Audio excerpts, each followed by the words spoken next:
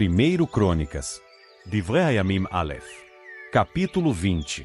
No começo do ano, época em que os reis saem em campanhas militares, Joabe conduziu uma expedição militar à terra dos Amonitas e a devastou.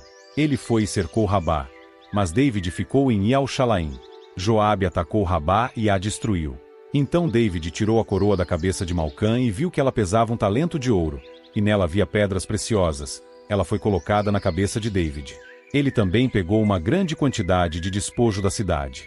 Ele capturou as pessoas que havia nela e as colocou para serrar pedras e trabalhar com ferramentas de ferro afiadas e com machados.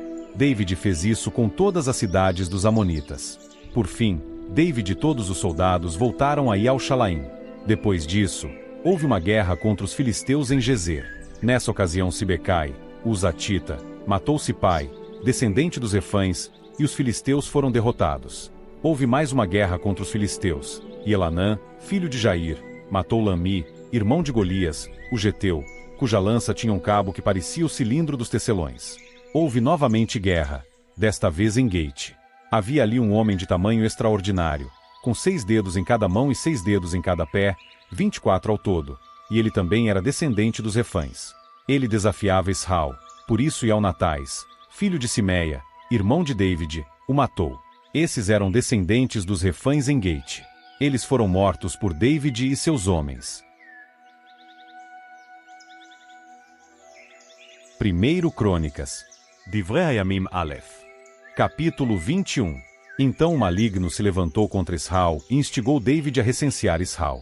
Portanto, David disse a Joabe e aos chefes do povo: Vão, contem Israel desde Berseba até Dan, e tragam-me um relatório para que eu saiba quantos são.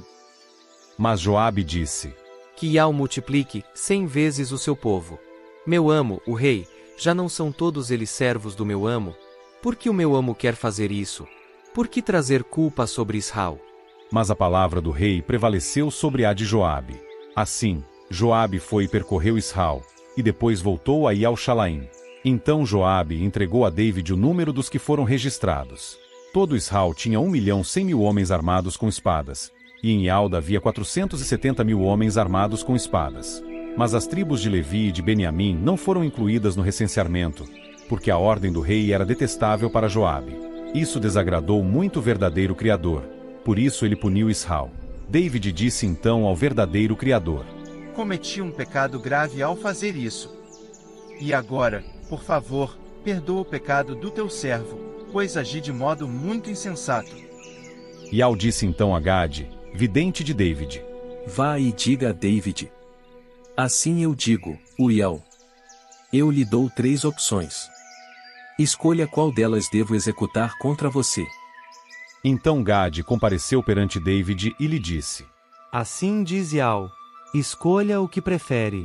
3 anos de fome, 3 meses de derrota diante dos seus inimigos, sendo atingido pela espada deles, ou 3 dias de punição da parte da espada de Ial, isto é, peste neste país, com o mensageiro de Ial causando destruição em todo o território de Israel. Agora pense e diga que resposta devo dar àquele que me enviou. Então David disse a Gade: Isso é muito aflitivo para mim. Que eu caia nas mãos de Ial, pois a sua compaixão é muito grande, mas que eu não caia nas mãos dos homens. Então Ial enviou uma peste sobre Israel, de modo que 70.000 pessoas morreram em Israel. Além disso, o verdadeiro Criador enviou um mensageiro para destruir Ial-Shalaim. Mas, quando ele estava para fazer isso, Ial viu, lamentou a calamidade e disse ao mensageiro que causava destruição: Já chega. Abaixe a mão. O mensageiro de Ial estava perto da eira de Ornã, o Jebuseu. Quando David levantou os olhos, viu o mensageiro de Ial entre a terra e os céus, com a espada desembainhada na mão, estendida contra Ial-Shalaim. Então David e os anciãos, cobertos com panos de saco, lançaram-se imediatamente com o rosto por terra. David disse ao verdadeiro Criador: Não fui eu que mandei fazer o recenseamento do povo? Fui eu que pequei, eu que cometi esse erro. Mas o que fizeram estas ovelhas? Ó Ial, meu Criador, por favor, que a tua mão venha sobre mim e sobre a casa do meu pai, mas não traga este flagelo sobre o teu povo. Então o mensageiro de Ial mandou Gade dizer a David que subisse à eira de Ornã, o Jebuseu, e construísse ali um altar a Ial. Portanto, David foi segundo a palavra de Gade, que ele havia falado em nome de Ial.